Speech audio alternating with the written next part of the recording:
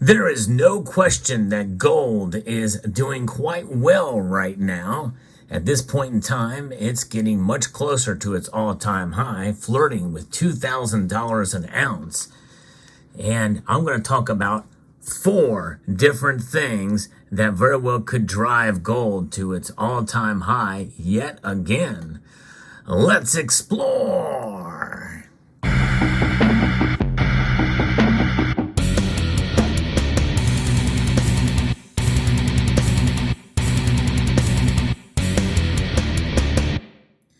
Perspective is everything.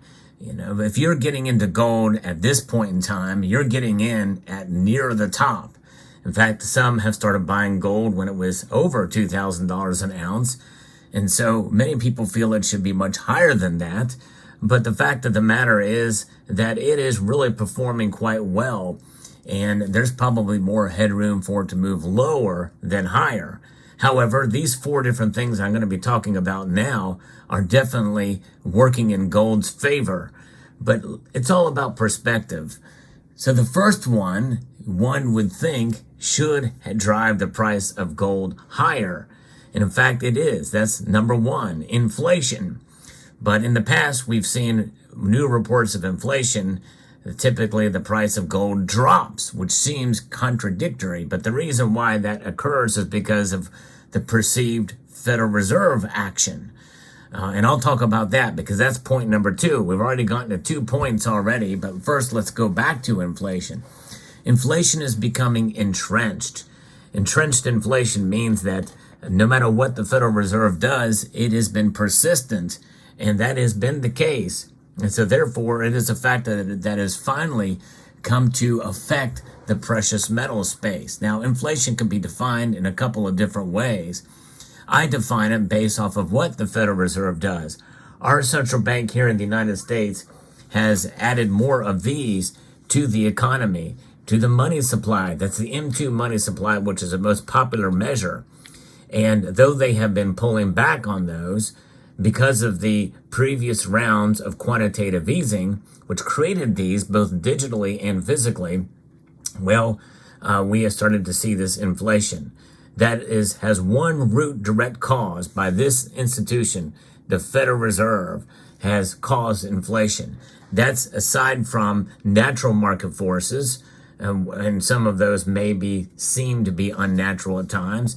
Things like war, cutting off supplies, and other things. We'll talk about that as well in this video, but there's other things, supply shortages, that type of thing that could cause, quote, inflation. They use those terms interchangeably, but I just think that the prices are rising because of lack of supply. It's economics 101.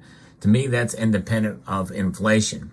But, the way that they measure inflation with the consumer price index, that's why they have different measures for those, core inflation and the consumer price index.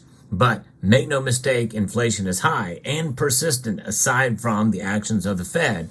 And that is starting to weigh in on gold, which is why I think you see some support or some resistance to the downside, if you want to refer to it as that.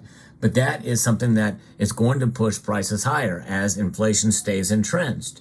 And most people think that it will, even though they're trying to spin the numbers from core inflation this last time, that we're seeing it drop by 0.1 of a percentage point, having no effect on the CPI. And so therefore, this thing could heat up even more. So that's number 1. The rest of these, I'm going to be referencing an article from FX Empire that talks about the Federal Reserve's monetary policy and its influence on gold. The Federal Reserve has been aggressively using its tools. Aggressive is the key word in its attempt to reduce inflation to its 2% target. But these actions include an exceedingly restrictive monetary policy. The Fed is attempting to accomplish this goal by raising interest rates. They're also working to reduce their money supply, which, by the way, they're not doing a very good job of that because even though it's pulled back some, there's still a lot of money floating out there. And that makes the cost of borrowing not only more expensive, but more difficult as well. Now, since March of 2020, the Federal Reserve has raised rates from 0 to 0.25% to its current level, which is between 5.25% and 5.5%. That puts dynamic pressure on gold, increasing the price volatility, but more importantly, pressuring gold lower as the Federal Reserve raises rates. Market participants have been waiting for an indication that the cycle of rate hikes is over. And by the way, I think we've gotten that indication from the last presser that the Jerome Powell had. And I think that's part of why we're starting to see gold go up and flirt with $2,000 an ounce again. That would create an extremely bullish undertone for gold pricing moving forward higher. Some Federal Reserve members have been in favor of continuing to pause interest rate hikes, and even more importantly, have signaled that they believe that the rate hike cycle is near its completion. Now that's point number two. The Federal Reserve, watch what the Federal Reserve does. And likely, if they continue this pause or signal that they may lower rates and pivot, well, watch out. Gold is going to flirt with its all-time highs. I think we'll see $2,100 gold in 2024. That's just my personal opinion. Now, the next one is geopolitics from a couple of different fronts here, which is points 3 and 4. We have the Russian invasion of Ukraine. That crisis continues and is persistent. There's been no indication that a peaceful resolution is in sight. Initially, it added to the already high levels of inflation, specifically in agricultural products, but I disagree with them there. I think that's just price increases because of war. We know corn and wheat, both countries are major producers of these commodities. And we know that there's been a lot of carnage and devastation and a lot of money sent by the United States over there, and that's adding to inflation. But it's this geopolitical event here is something to persist, and it's causing instability in the region and could widen. That's been a threat and a possibility that still remains to this day that is keeping the markets nervous, that it could widen in that region in Eastern Europe. Notwithstanding, point number 4 is the recent new shift in the global sphere to the Middle East. The surprise attack that eluded both Israeli and U.S. intelligence. We saw Hamas kill thousands of Israeli civilians. That combined with the response by Israel has led to the loss of thousands of citizens and in the military. And there's no end game to discuss a peaceful resolution there. And the combined effect of these factors has left citizens in the world shell-shocked and has affected every facet of economic and global stability. And there's no wonder that a safe haven like gold would have responded in the way that it has, rising tremendously.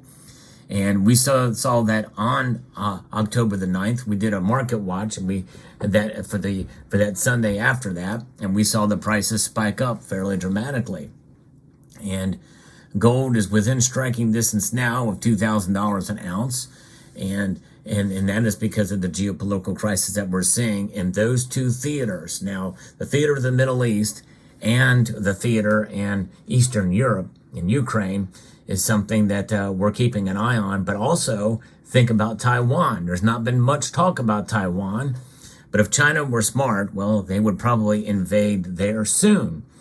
While we are sending resources to Ukraine and to the Middle East, are they going to be able to do this and thwart off the West in general and the United States in particular? Because who's the second largest superpower? It's China. And the part of that superpower status economically is due to us.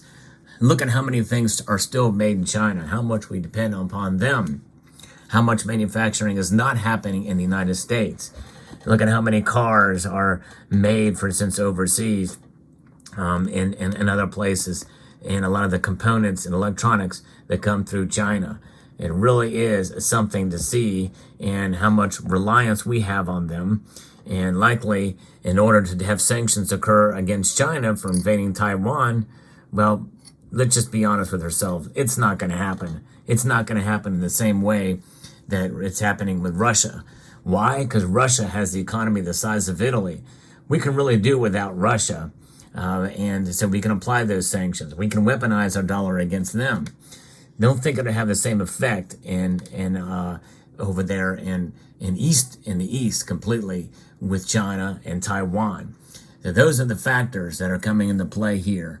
The sad truth is that while many analysts and gold aficionados want nothing more than to see gold break $2,000 and eventually trade to an all-time new record high, the factors and events that are moving gold to a new record high come at the cost of unthinkable horrors and countless casualties with no precious metal promoter wishes. And that is the unfortunate war, and is something that is very real, and gold price and everything else really pales to the suffering and loss that we're seeing in these regions. My prayers go out to those that are affected by war, and hate that it is occurring. But you know what? You can see that many people accuse the West of being warmongers, but make no mistake, the wars that are heating up right now have nothing to do with what the United States is doing or the West in general. It's all on the East and on the BRICS. And the BRICS, some of these BRICS nations, they're the ones that are causing it and promoting it. And so, you can't blame warmongers in the West for these. Where we'd like to see it end.